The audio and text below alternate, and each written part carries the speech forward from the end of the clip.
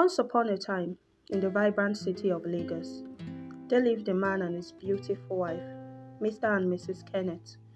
Their marriage was a special one. Mrs. Kenneth was the envy of the other women around her, including her friends.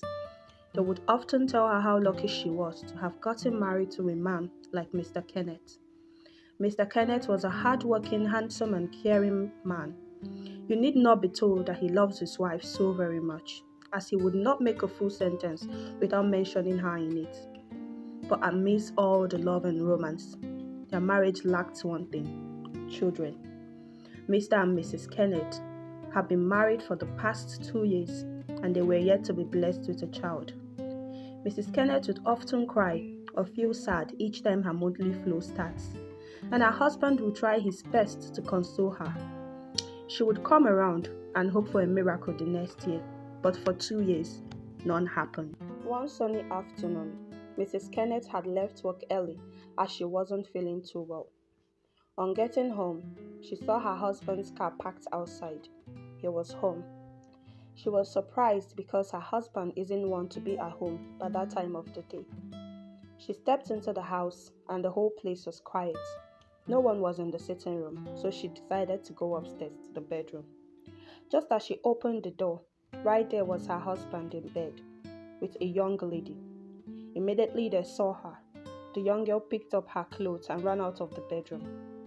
Mr. Kenneth, jumping up from the bed, went down on his knees, apologizing to his wife, who stood motionless, just staring into space. After what felt like eternity, Mrs. Kenneth walked slowly to the bed, sat down, and began weeping. She wept profusely. Her husband could only beg.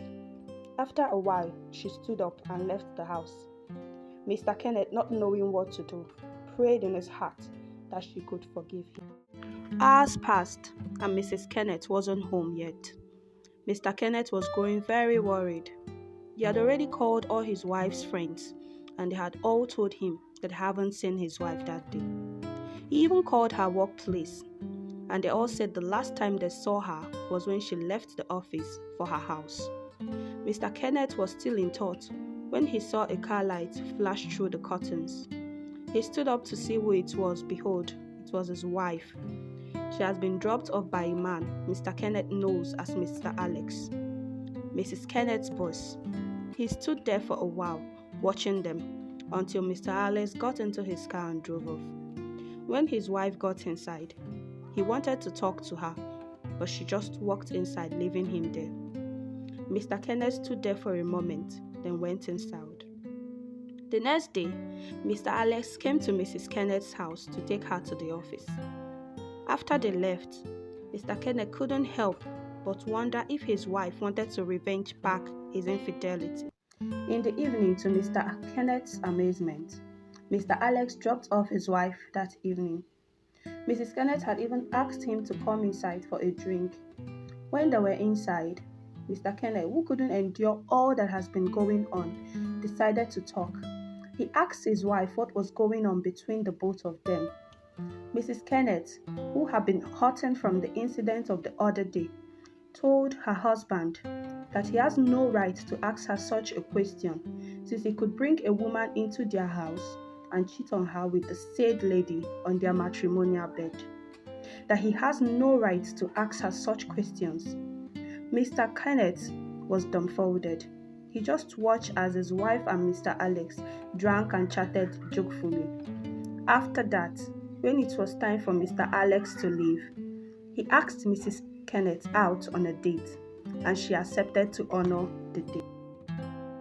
The next day, Mr. Kenneth decided to talk and apologize to his wife to see if he can get her to stop whatever it was that was going on between her and Mr. Alex. He met his wife in the sitting room with her phone. He sat close to her and started to apologize, letting her know that two wrongs doesn't make a right. Mrs. Kenneth, whose eyes haven't left her phone all the while he has been talking, looked at him with eyes that showed anger and said, "You don't cease to amaze me. Take that fake apology of yours somewhere else. You think I don't know you still say that, girl? I caught you at home. You changed location." Listen to me. Until you leave that girl and genuinely apologize, I will not stop my friendship with Mr. Alex. With that, she stood up and left. Mr. Kenneth sat down there, shocked and confused. Mr. Alex and his wife continued their friendship for a while. Mr. Kenneth couldn't endure anymore. He decided to involve the both family, hoping they could help him convince his wife to forgive him and stop her friendship with Mr. Alex. On the day of the meeting, Mrs. Kenneth was present. Mr. Kenneth told both families everything that had happened. His wife was also given a room to say her part. Mrs. Kenneth said that she and Mr. Alex were just friends and nothing more to it. That she didn't say she wouldn't forgive her husband, but wants him to do it right. That all she wants is for her husband to stop seeing the said girl and apologize genuinely. She went on to explain that after she caught them, she decided to know more about the girl. She got little information about her from her husband's phone, hired a private investigator who was secretly investigating her husband and the girl, and that was how she got to know that her husband was still seeing the said girl. She also informed them that Mr. Kenneth was planning to go see that girl the same evening after the meeting. That if there was anybody that needed to be asked to stop doing anything bad in their marriage, it should be her husband. She added that why she hadn't started to file for a divorce is because it's against her belief. But if Mr. Kenneth doesn't retrace his step before it's too late, that she would leave the marriage for good. With that being said, she excused herself from the meeting, leaving everybody shocked at all she did.